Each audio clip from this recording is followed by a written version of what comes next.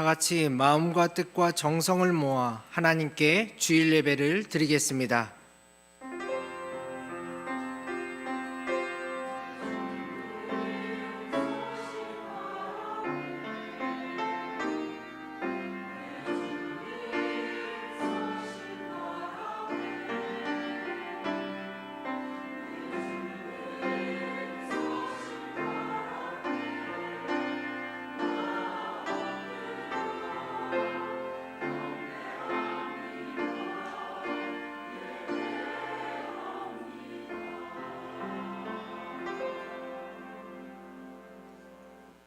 시온에 따라 크게 기뻐할지어다. 예루살렘에 따라 즐거이 부를지어다. 보라, 내 왕이 내게 임하시나니 그는 공의로우시며 구원을 베푸시며 겸손하여서 나귀를 타시나니 나귀의 작은 것 곧 나귀 새끼니라. 호산나, 다윗의 이름으로 이 땅에 오신 구세주 예수님을 찬양하며 경배합니다. 이 종려주일 예배의 시간 겸손하게 나귀를 타신 예수님을 기억하며 우리 마음도 가장 낮은 곳을 향하게 하옵소서. 자기 뜻을 버리고 아버지의 원대로 행하셨던 주님과 같이 저희도 하나님 아버지의 뜻에 순종하게 하옵소서. 나아가 일상의 삶 속에서 십자가 고난의 길을 선택하신 주님을 따라가기 원하나이다. 예수 그리스도의 이름으로 기원하옵나이다. 아멘. 다 같이 자리에서 일어나셔서 찬송 141장, 305장 부르시겠습니다.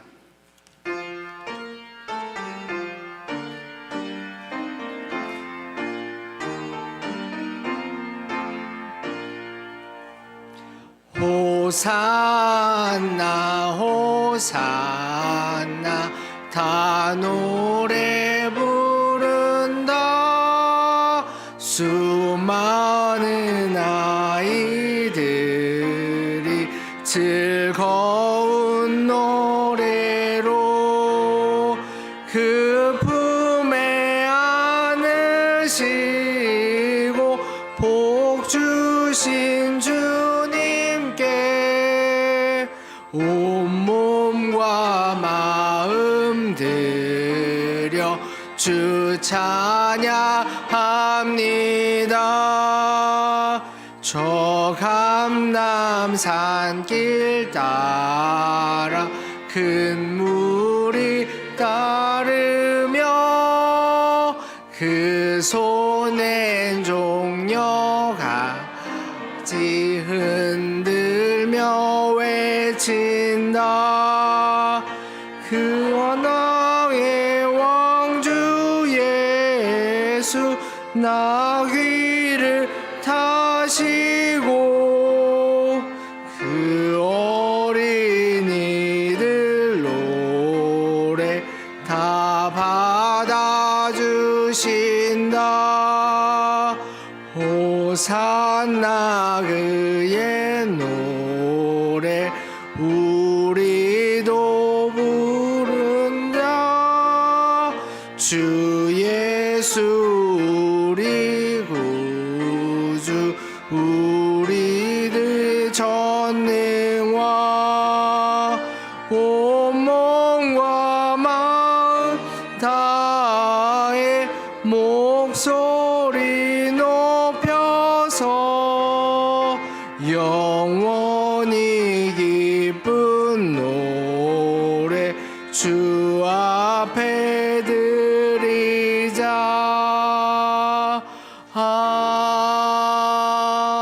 아멘.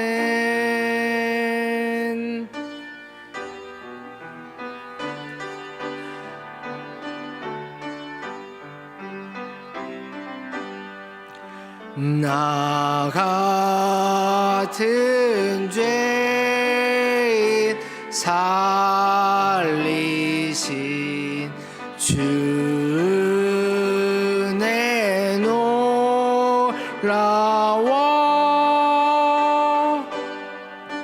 잃었던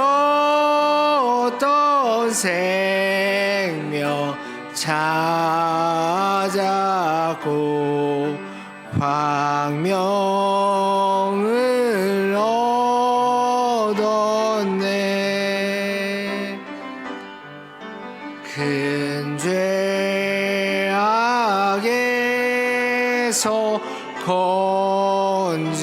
이신 준혜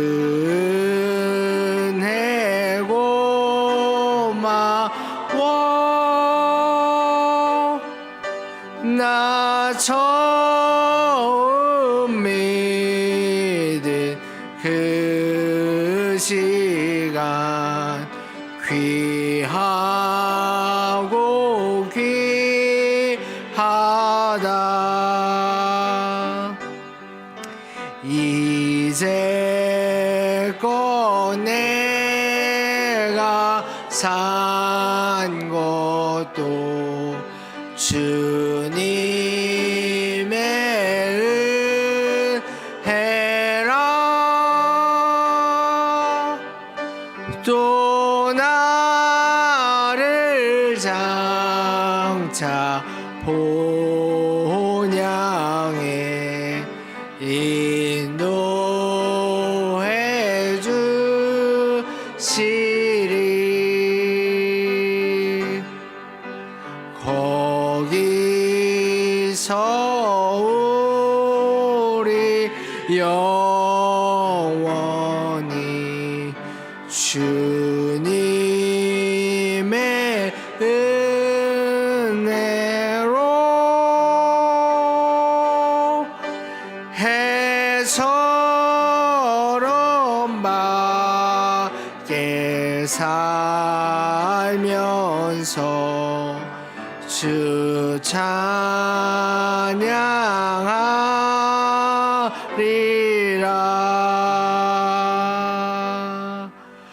아멘.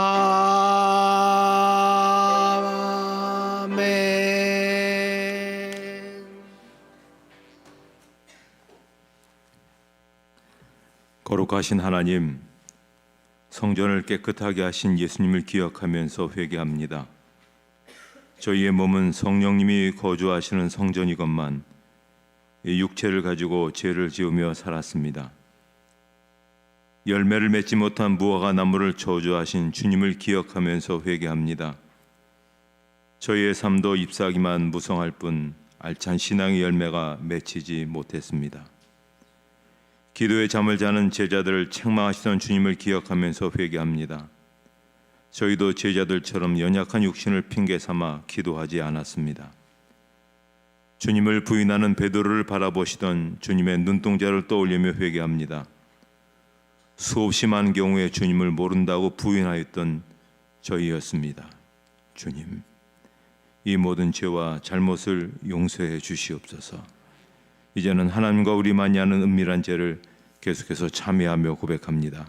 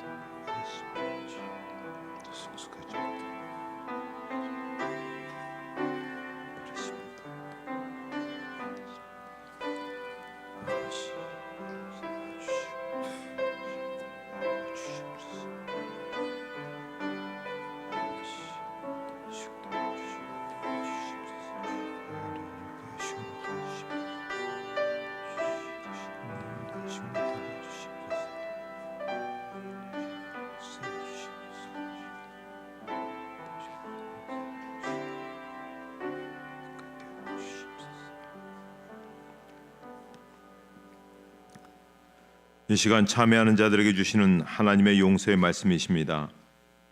친히 나무에 달려 그 몸으로 우리 죄를 담당하셨으니 이는 우리로 죄에 대하여 죽고 의에 대하여 살게 하려 하심이라.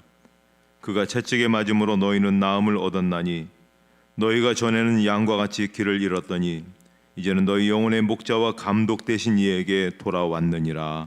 아멘. 사도신경으로 우리의 신앙을 고백하겠습니다. 나는 전능하신 아버지 하나님 천지의 창조주를 믿습니다. 나는 그의 유일하신 아들 우리 주 예수 그리스도를 믿습니다. 그는 성령으로 잉태되어 동정녀 마리아에게서 나시고 본디오 빌라도에게 고난을 받아 십자가에 못 박혀 죽으시고 장사된 지 사흘 만에 죽은 자 가운데서 다시 살아나셨으며 하늘에 오르시어 전능하신 아버지 하나님 우편에 앉아 계시다가 거기로부터 살아있는 자와 죽은 자를 심판하러 오십니다. 나는 성령을 믿으며 거룩한 공교회와 성도의 교제와 죄를 용서받는 것과 몸의 부활과 영생을 믿습니다. 아멘. 찬송 2장 부르시겠습니다.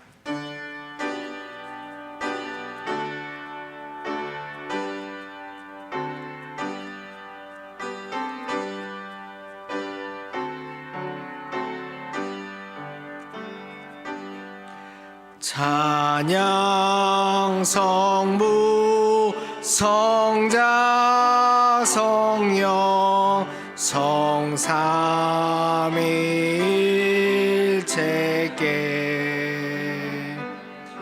영원 무궁하기까지 영광을 돌리세. 영광을 돌리세.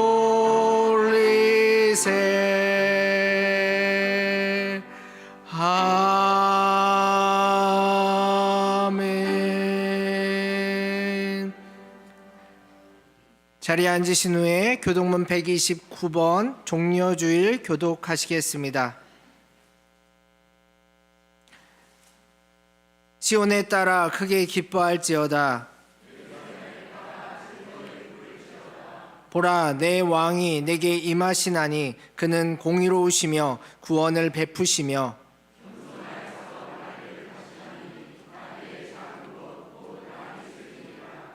내가 에브라임의 병거와 예루살렘의 말을 끊겠고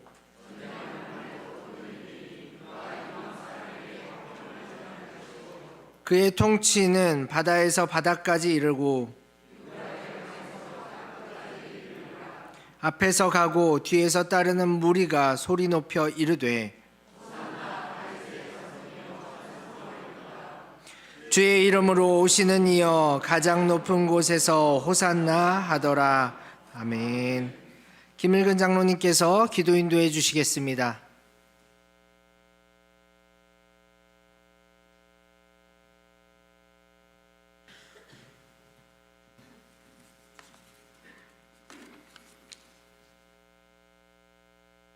거룩하시고 호산나 찬양 받으시기에 합당하신 하나님 아버지, 지난 한 주간 동안도 지켜주시고 택하신 자녀들을 부흥성회로 불러주셔서 천국 잔치에 참여케 하시고 성령의 열매와 은사로 영생의 복을 받게 하시니 감사와 경배를 드립니다.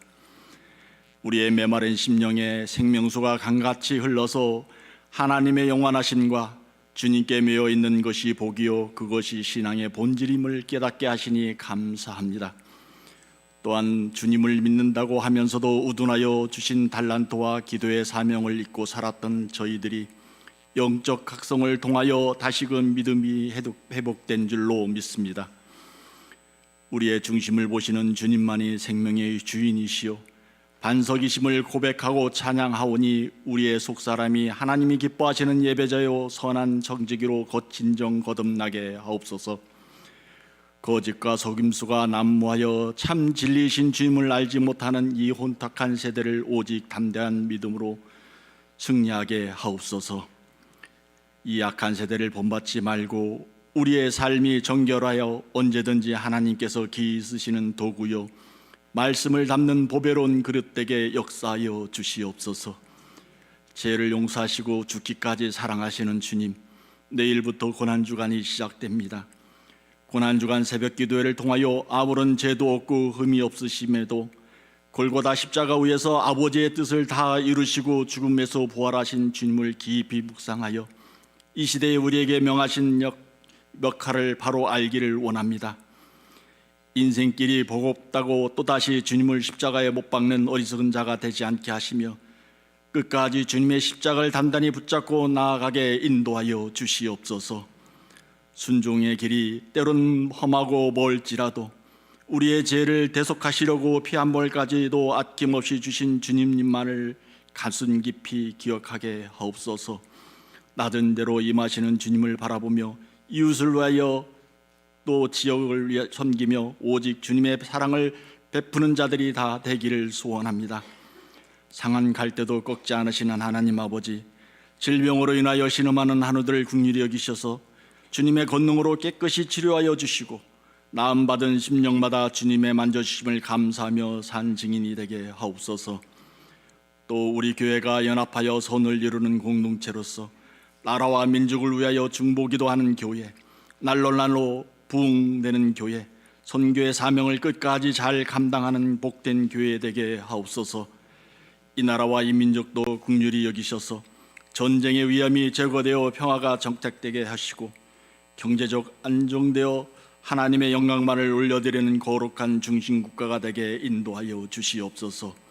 예배 가운데 임재하시는 하나님 아버지, 이 시간 주님의 말씀을 간절히 사모하며 신령과 진정으로 예배드리오니 영광받아 주시옵소서. 성령께서 우리 목사님을 강한 팔로 붙들어 주셔서 영과 육이 강건케 하시고 오늘 선포되어지는 말씀이 듣는 이의 마음밭에 온전히 새겨짐으로 속사람이 거듭나기를 간구합니다. 그 작은 변화가 우리 일상에서 하나의 미랄이 되어 세상에 선한 영향을 끼치게 하옵소서. 늘 수고하는 교육자들과 묵묵히 헌신하는 손길들을 기억하사 하늘문을 열어 복의 복을 더하여 주시며 예배의 시종을 주님께 의탁하오니 악한 마귀 일절 틈타지 않게 인도하여 주시옵소서. 올려드리는 우리의 기도를 들으시고 주님 정하신 때에 응답하여 주심을 믿사오며 우리를 죄에서 제속하여 주신 예수님의 이름으로 감사하며 기도드리옵나이다. 아멘.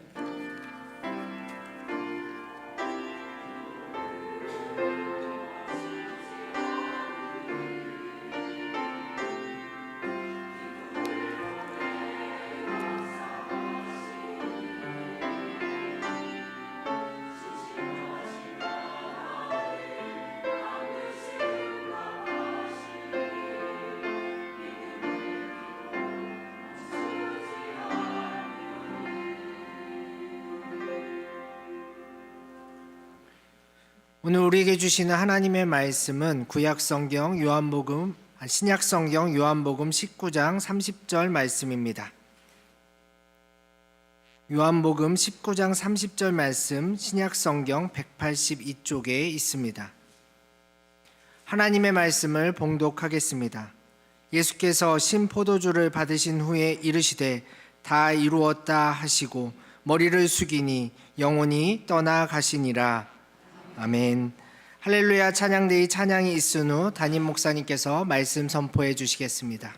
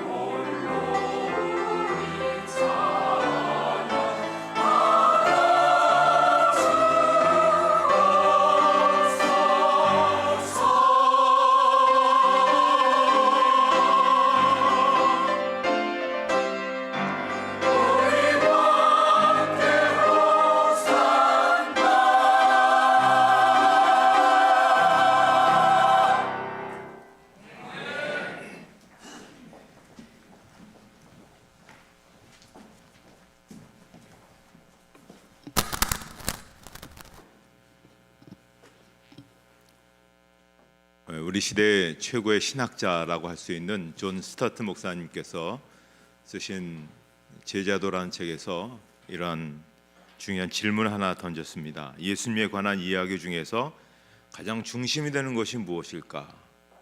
그러면서 처녀 몸을 잉태했다는 동정녀 탄생 이야기일까? 아니라는 겁니다. 그러면 무엇일까? 성경에 많이 기록되지 않았지만 예수님의 젊은 시절에 관한 이야기일까? 그것도 아니라는 것이죠.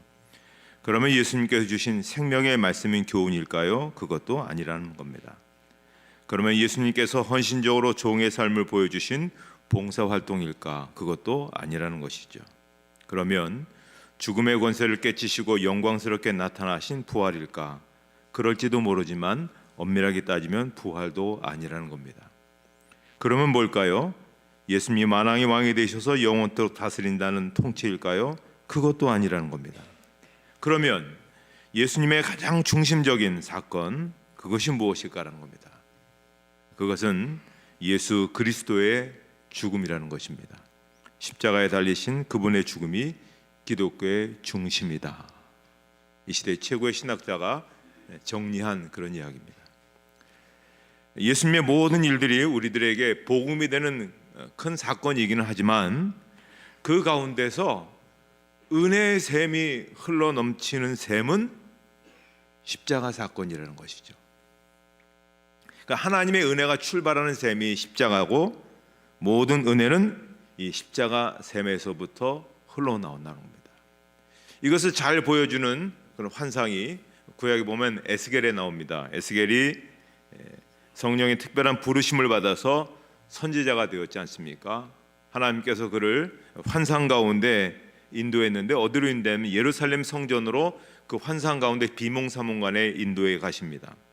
그래서 그가 성전 안에 들어가서 이리 기웃 저리 기웃하고 다니는데 저쪽 해 돋는 동쪽을 향하고 있는 성전 문 쪽에서 보니 거기에서부터 샘이 솟아오르는 것입니다. 그러면서 그 샘이 자꾸만 그 이제 흘러나오면서 물이 자꾸만 불어나는데 처음에 그 물이 자기 발목을 잠궜더니 그 다음에는 무릎까지 오게 되고 그 다음에는 허리까지 오게 되고 나중에는 온 몸을 잠그게 되어서 수영하지 않고서는 견딜 수 없을 정도로 그렇게 이루어지는 그 환상을 보게 됩니다. 이것은 뭐냐면 그 십자가에서부터 은혜의 샘이 흘러넘치기 시작해서 부활의 언덕을 넘어 은혜의 강이 되어서 이제 세상 땅끝까지 풍성하게 넘쳐 흐르게 된다라고 하는 것을 상징하는 그런 사건입니다.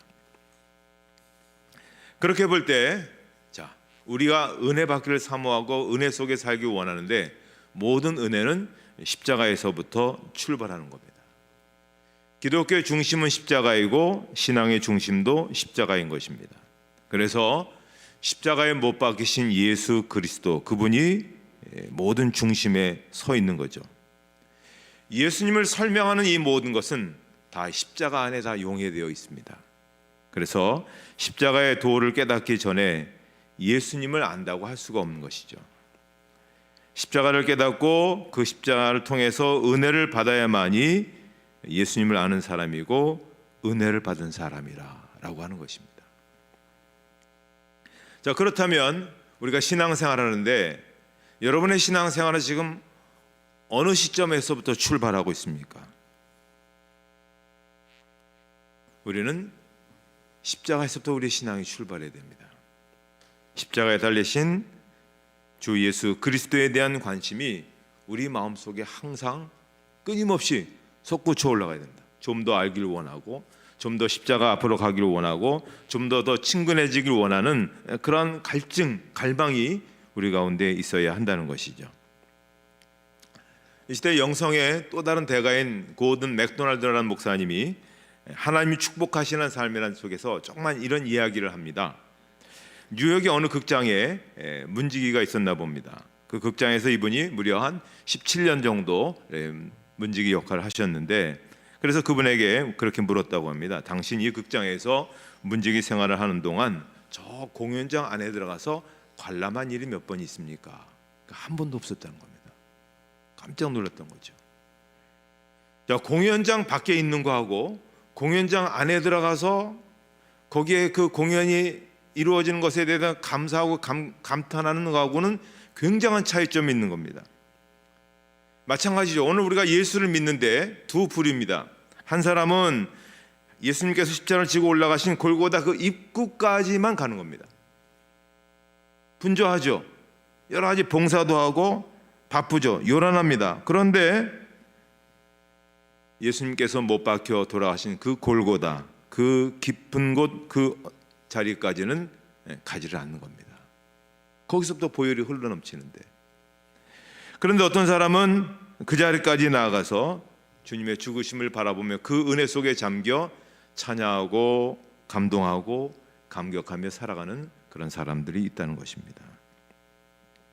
그래서 우리는 그 못 박히신 그 주님 그 십자가 현장으로, 십자가 자리로 나가야 됩니다. 그 앞에 우리는 감격스럽게 무릎을 꿇기도 하고 또 우리에게 주신 놀라운 은혜로 인하여 찬양하고 감사할 수 있는 삶을 가질 때 우리가 신앙이 좀 더 힘있고 능력 있게 살 수가 있는 것입니다. 왜 그러냐? 그러면 예수님의 십자가가 오늘 우리에게 주시는 은혜가 어떠하길래 우리가 십자가 앞으로 나가야 되고 우리가 십자가를 붙들어야 되느냐 하는 것입니다. 십자가는 먼저 우리를 향한 하나님의 사랑이 거기에 진하게 담겨져 있습니다.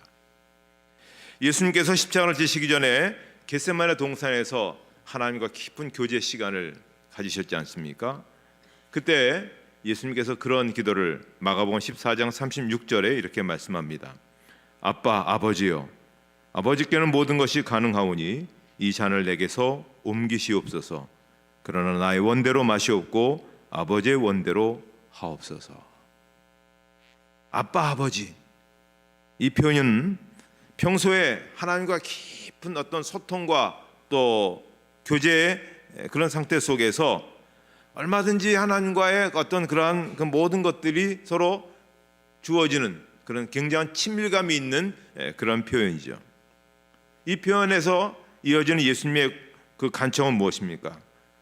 그 친밀하신 하나님 앞에, 아버지, 이번 일은 제가 감당하기가 좀 어려워요. 이건 제가 감당할 수가 없어요. 지금 피하면 안 되겠습니까? 그 괴로움과 그 힘듦이 얼마나 간절하고 안타까웠던지 흘리는 눈에 결국 피가 섞여 있을 정도로 애절하고 간절했다고 합니다. 자, 그것을 바라보시는 하나님께서 그 간구를 외면하고 있습니다. 아들이 당할 고통과 죽음을 감내하고서라도 이루어야 될 그런 사랑이 있기 때문에 그렇습니다.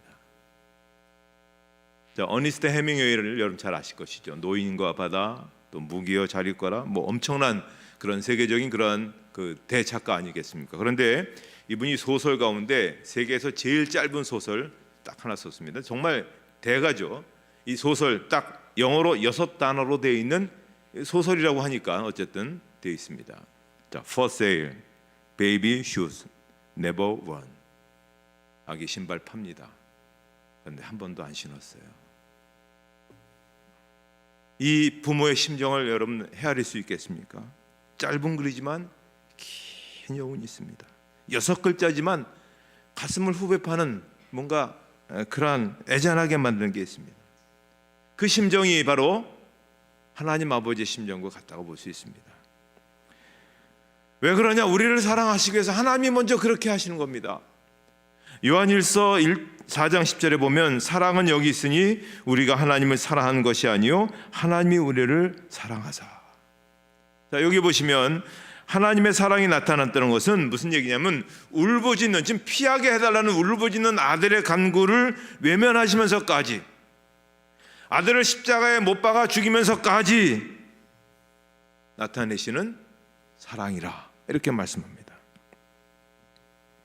십자가의 사랑이 얼마나 큰 사랑인지요, 나를 향한 하나님의 사랑이 얼마나 큰 사랑인지, 정말 그렇게 사랑하는 그 아들의 그 간청과 그 간구를 외면하시면서까지 베풀어 주신 사랑이 바로 이 십자가에서 우리에게 주신 사랑입니다. 그러니 여기서부터 엄청 은혜가 흘러나올 수밖에 없는 겁니다.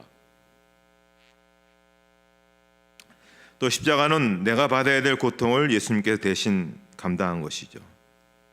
자, 십자가형은 정말 인간이 만들어내는 그러한 사형 방법 중에서 가장 잔혹하고 잔인한, 가장 고통스러운 그러한 사형 제도입니다. 손과 발에 못을 받고 매달려 있는데, 이게 사람에 따라서는 이틀이 갈 수도 있고 일주일이 갈 수도 있습니다. 이 고통은 그야말로 지옥을 경험할 수 있는 그런 고통과 같다, 그렇게 볼 수 있습니다. 그렇기 때문에 예수님께서 십자가를 지시는 것을 3000년 전에 미리 예언한 다윗이 시편 22편 14절로부터 이런 고백을 하고 있습니다.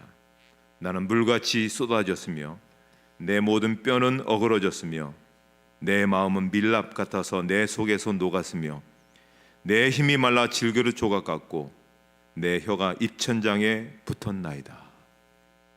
자, 머리에서부터 발끝까지 온몸을 다 그냥 쥐어짜면서 나는 그 고통이죠.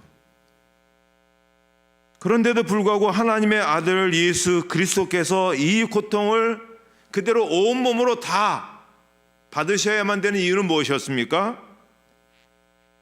그게 우리가 받을 고통이었기 때문에 그렇습니다. 우리는 죄인입니다. 죄인에게는 형벌이 따르죠. 형벌은 고통이 수반됩니다.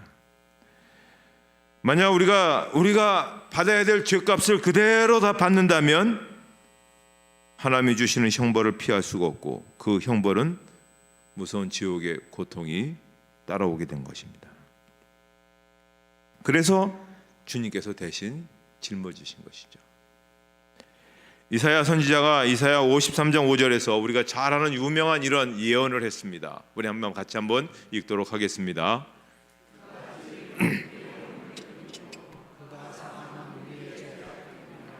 그가 징계를 받음으로 우리는 평화를 누리고 그가 채찍에 맞음으로 우리는 나음을 받았도다.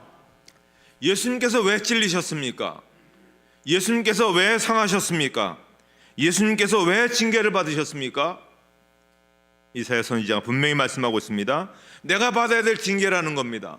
내가 받아야 될 고통이라는 겁니다. 내가 받아야 될 아픔이라는 겁니다. 상상조차 할 수 없는 그 모든 것을 받아야 되는데 예수님께서 그것을 십자가에서 대신 다 받으신 것이죠. 그러니 이 십자가가 은혜의 샘이 흘러나오지 아니할 수가 없는 겁니다. 또한 이 십자가는 우리에게 영원한 속죄를 안겨다 주었습니다. 오늘 본문 말씀에 예수께서 신포도주를 받으신 후에 이르시되 다 이루었다 하시고 머리를 숙이니 영원히 떠나가시니라. 여기 보시면 다 이루셨다 하고 이제 떠나가십니다. 무엇을 다 이루셨습니까? 우리가 구원받기 위해 필요한 모든 것을 완전히 이루셨다, 그런 말입니다.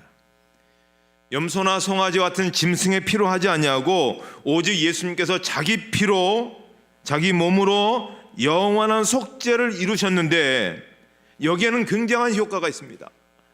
한번 용서하면 더 이상 회개할 것 없고 더 이상 용서할 필요 없는 완전 무결하고 영원하고 유효한 죄의 용서가 이 십자가에서 선포되어지는 것입니다. 그리고 우리가 살아가면서 원죄로 인해서 지은 모든 것들은 다 용서받았지만 우리가 살아가면서 죄를 짓지 않습니까? 자범죄를 짓게 되는데 그 죄를 할지라도 십자가 앞에 나가면 씻지 못할 죄가 없고 용서받지 못할 죄가 없다는 것입니다. 하나님을 무시하고 내 중심과 내 마음대로 살았습니까? 그런 분이랄지라도 십자가 앞에 나오면 예수님의 보혈이 그 모든 죄를 다 씻어주시는 겁니다. 다 제거해 주시는 겁니다. 하나님을 멀리하고 우상을 숭배하고 그렇게 사셨습니까? 그 죄를 가지고 하나님 앞에 나와 십자가를 붙들면 예수님께서 십자가 흘리신 피가 흔적조차 찾아볼 수 없을 정도로 우리의 모든 그 처절한 그 모든 죄들을 다 제거해 주신다는 겁니다.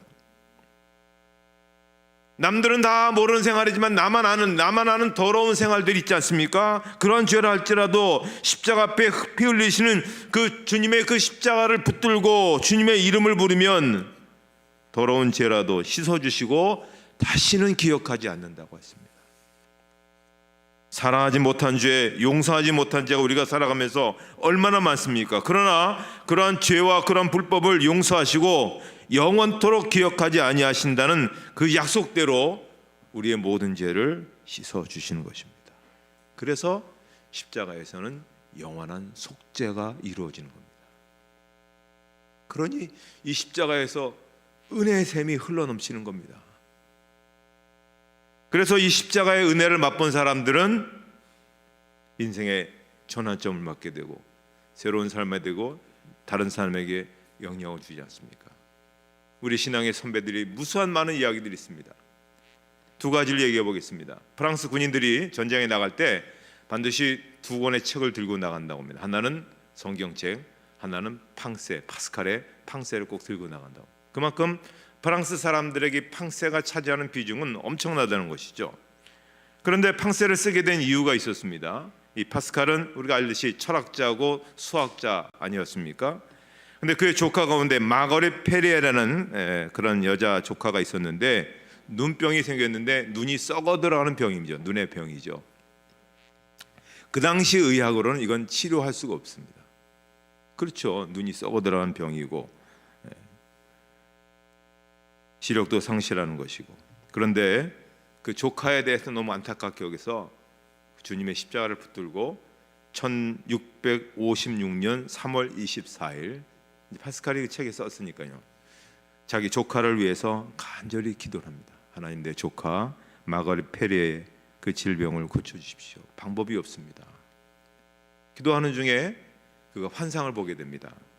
예수님의 십자가가 나타나더니 그 조카의 눈에 그 십자가가 닿았다는 겁니다. 그래서 그 기도를 마치고 조카에게 찾아갔더니 조카가 난리가 난 겁니다. 눈이 치료가 됐다는 겁니다. 갑자기 눈이 회복이 됐다는 겁니다. 그래서 파스칼이 그때 그런 말을 했다고 하지 않습니까? 나는 철학자의 하나님을 믿지 않고 아브라함의 하나님, 이삭의 하나님, 야곱의 하나님, 살아계신 하나님을 믿습니다. 그러면서 그는 그 하나님을 평생 동안 믿고 살았다가 나중에 그가 죽은 후에 그의 안주머니가 뭐가 두둑해서 그걸 봤더니 거기에 가죽 조각이 하나 나왔는데 가죽 조각 안에 그가 늘 품에 안고 늘 그거 보고 있었던 이야기가 있는데 그게 십자가는 신유의 능력이 있습니다. 위대한 철학자, 위대한 수학자가 항상 십자가의 보혈의 은혜를 체험하며 살았다는 것입니다. 1700년경에 독일의 동쪽 지역을 다스리던 진젠도르프라는 그런 공작이 있습니다. 젊었을 때 나는 어떻게 살지, 무엇을 하며 살지, 어떤 인생을 살지 그렇게 고민하며 방황하다가 어느 날 교회에 걸려있는 십자가 그림을 보게 되었습니다. 저 그림 아주 굉장히 유명한 그런 그림이죠. 사연도 많은 그런 그림인데 십자가 상에 달린 예수님의 그 모습을 한참 동안 응시하다가 그렇지, 내 인생은 십자가를 위해서 살아야 되겠다 그렇게 결심합니다. 의미 있는 삶을 그렇게 살아야 되겠다. 그리고는 그 당시 그 옆에 체코가 있는데 체코에서 종교개혁자인 얀 후스를 따르던 모라비안 그런 신도들이 있습니다. 그 모라비안은 체코 사람들 얘기하죠. 그 사람들이 이쪽으로 넘어왔을 때 그들을 받아주면서 우리 함께 인생을 그렇게 한번 살아봅시다 하면서 선교회를 그분들하고 같이 세웠습니다. 그래서 같이 생활하면서 이들이 무슨 일을 했냐면 60명당 한 명의 선교사를 파송했습니다. 60명이 모이면 한 명의 선교사를 파송한 거죠. 지금까지도 이 공동체가 유지되고 있는데 그 선교에서 3,000명의 선교사를 파송했다는 겁니다. 그리고 그러한 신앙의 삶을 사는 그들은 또 다른 사람에게 영향을 미쳤는데요. 존 웨슬레라는 사람이 옥스퍼드 대학을 졸업하고 나서 뭔가 자기가 나름대로 뭔가 굉장한 것을 한번 해보겠다, 자기같이 똑똑한 사람이 뭔가 대단한 일을 해보겠다고 미국의 조지아의 선교사로 그렇게 가서 선교 활동하는데 자기 의지로 갔으니 성공했겠습니까? 철저하게 실패했죠. 그리고 돌아오면서 실패 아픔을 안고 돌아오는데 이 대서양을 건너온 동이 갑자기 큰 정말 태풍을 만난 겁니다. 바다에서 태풍을 만나면 정말 아주 죽을 지경이죠. 그래서 자기도 이제 나중에 이제 찬송가 가사도 이제 그렇게 썼습니다만 정말 이제 죽음이 임박한 사람처럼 그렇게 느끼고 있는데 그래서 어쩔 줄 몰라 하고 있는데 저쪽에서 보니까 몇 명의 사람들이 모여서 다른 사람 다 죽겠다고 다 엎드려서 막 난리치고 막 그러는데 거기서 태연이 저 그림에 있는 것처럼 평안하게 찬송을 부르고 있더라는 겁니다. 가만히 가서 보니까 그 사람들이 모라비안 선교에 소속한 사람들입니다. 이렇게 죽음을 앞두고도 저렇게 담대하게 찬양하고 평안하게 찬양하는구나. 거기에 도전을 받았습니다. 그리고 참되게 예수 믿는 길이 무엇인가를 발견하게 되었고, 그로 인해서 그 자신의 변화뿐만 아니라 영국과 세계를 변화시키는 그런 삶으로 나아갔던 것을 볼 수가 있습니다. 이 모든 것들이 뭡니까? 십자가에서 은혜의 샘이 흘러넘쳐서 그 십자가의 은혜의 샘을 맛본 이들마다 그런 변화들이 있게 되는 것입니다. 그렇다면 여러분, 이제 우리에게 남겨진 시간이 얼마인지 모르지만 과연 어떻게 사는 것이 아름답고 보람되고 값진 인생을 살 수 있을까? 이게 우리 모두 고민 아닙니까? 그렇다면, 그런 고민을 안고 있다면 우리 다시 십자가 앞으로 나와야 됩니다. 십자가를 붙들면 삶의 길을 발견하고 또 삶의 활력 있는 그런 삶을 가지게 되는 것입니다. 연약한 나를 이기고 부족한 나를 극복하며 뭔가 새롭게 도전할 수 있는 그런 삶을 가질 수 있는 것입니다.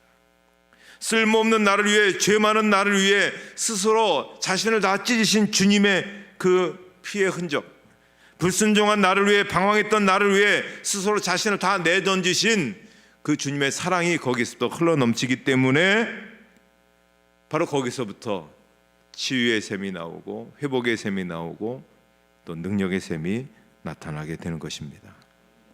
한번 십자가 앞으로 나오시고 붙들어 보십시오. 그래서 십자가의 감격과 십자가의 능력을 체험하는 우리 모두가 될 수 있기를 주님의 이름으로 축복합니다. 하나님 아버지, 은혜를 감사합니다. 철없고 부족하고 망나니 같은 우리들, 그래도 사랑하여 주셔서 대신 죽으시고 대신 피 흘려 주신 주님, 그 주님의 십자가에서 다시 한번 우리가 새로운 도전과 새로운 삶으로 나아가길 원합니다. 더 아름답고 보람되고 값진 인생으로 나아가길 원합니다.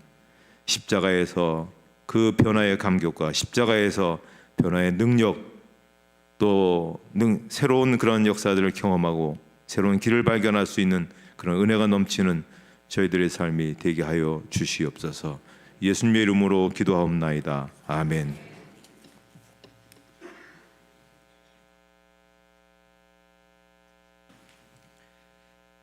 결단의 찬송 151장 함께 부르시겠습니다.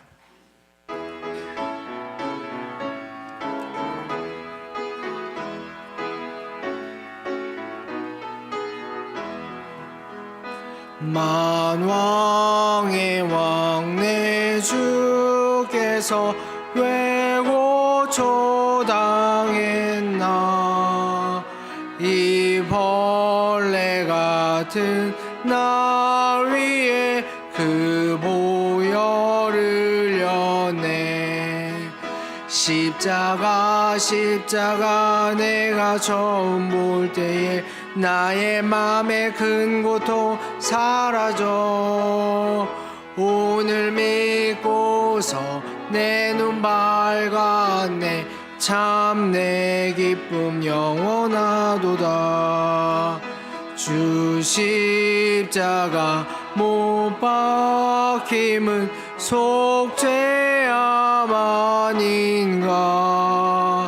그 긍휼함과 그 은혜 말할 수 없도다.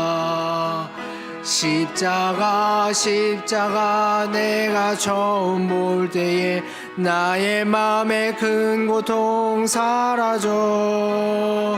오늘 믿고서 내 눈 밝았네. 참 내 기쁨 영원하도다. 늘 울어도 그 은혜 다 갚을 수 없네.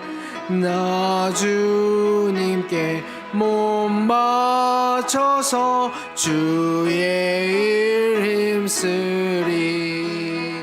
십자가 내가 처음 볼 때에 나의 마음의 큰 고통 사라져. 오늘 믿고서 내 눈 밝았네. 참 내 기쁨 영원하도다. 찬송 51장 1절을 찬송하며 봉헌하시겠습니다.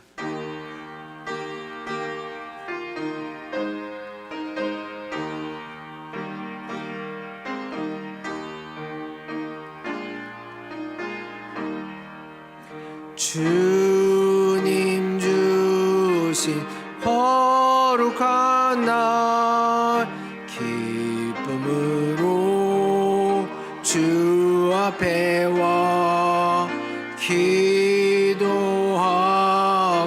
찬양하며 주께 경배 드립니다. 내게 주신 귀한 물질 하나님께 드리오니 기뻐 받을 제물로서 연락되게 하옵소서. 아멘.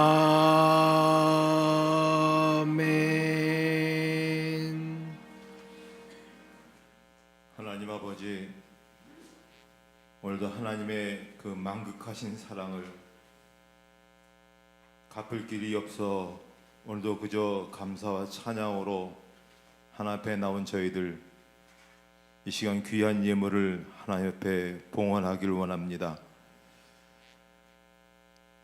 우리를 사랑하시고 우리를 구원하시기 위해서 십자가의 모진 고통도 감내하시고 하나밖에 없는 그 생명조차도 아끼지 아니하시고 우리에게 주신 그 사랑을 생각할 때 우리는 그저 감사하고 감격할 뿐입니다.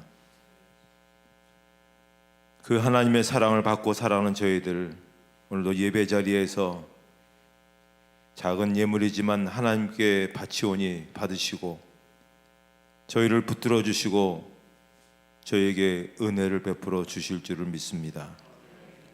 11조로 감사로 주정헌금으로 선교 건축 장학헌금으로 사랑의 쌀로 여러 가지 항목으로 하나님 앞에 반듯하게 드린 예물을 기억하여 주시고 특별히 그들의 이름과 그들의 삶과 그들의 형편을 기억하시고 굽어 살펴주셔서 그 영혼이 잘되고 범사가 형통한 복을 내려 주실 줄을 믿습니다. 하고 있는 일, 해야 할 일, 또 나가야 하는 모든 그러한 필요한 일들 하나님 아시오니 그 모든 것에 하늘의 신령한 복과 땅의 기름진 복으로 축복해 주시옵소서. 그래서 하나님의 영광을 위해서 귀하게 쓰여지는 놀라운 역사가 또 이번 한 주간에도 통성하게 나타나게 하여 주시옵소서. 예수님의 이름으로 봉헌기도 드리옵나이다. 아멘.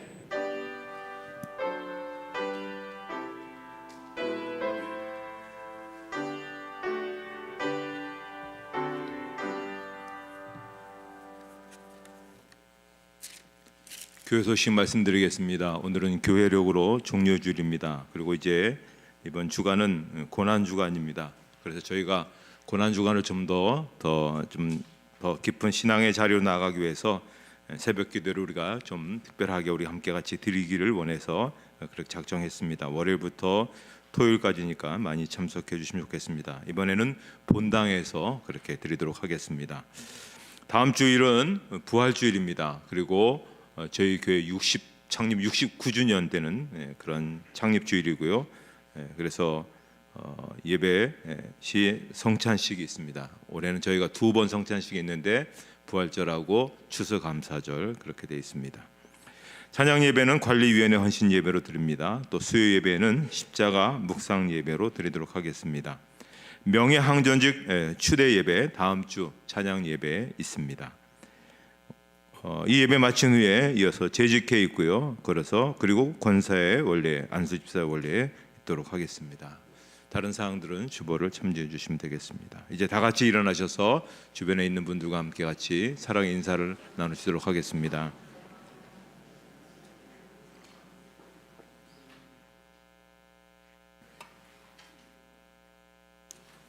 찬송가 635장 부르시고 축도로 예배를 마치도록 하겠습니다.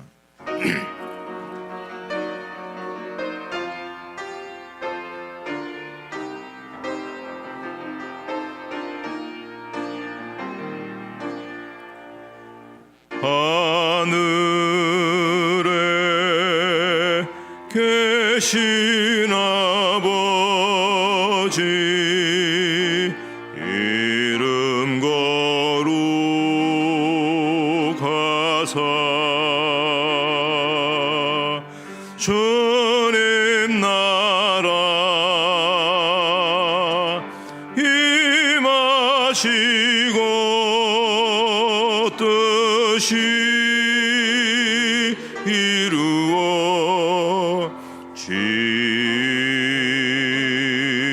이루어지다.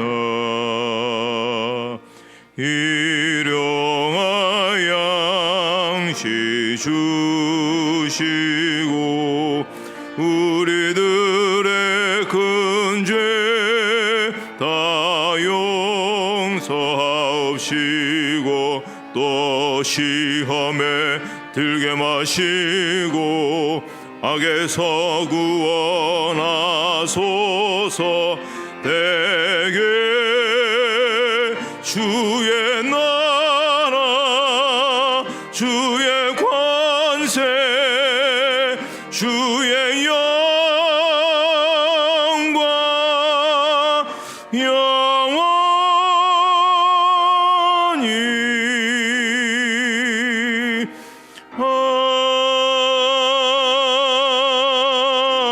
아멘.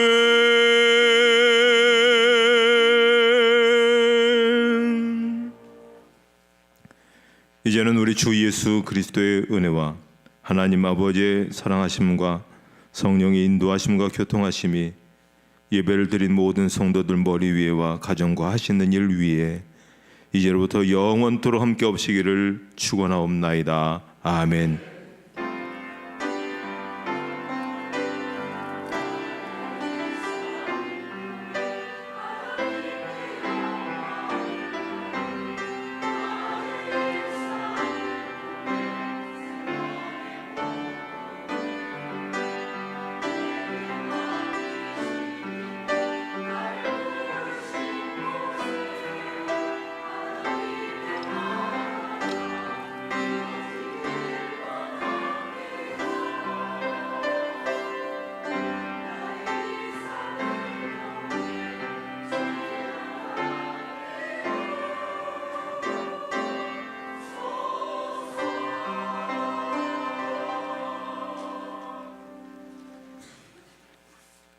이어서 재직회 하도록 하겠습니다. 재직되신 분들은 그 자리에 남아주시면 좋겠습니다. 312장 부르시도록 하겠습니다. 312장입니다.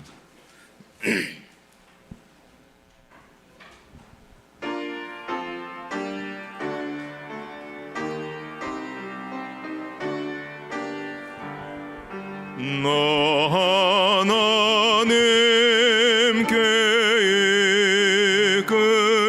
이끌리어 일평생 주만 바라며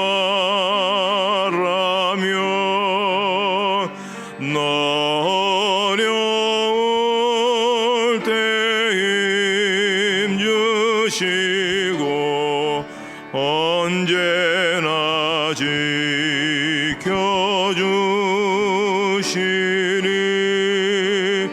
주 크신 사랑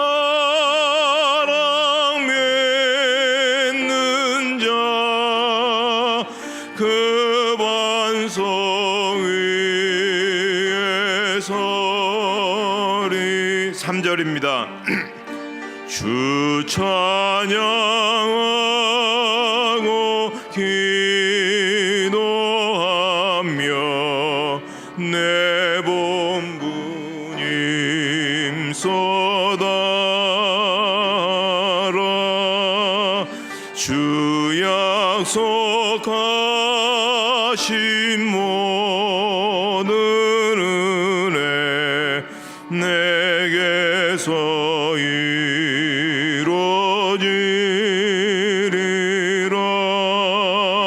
참되고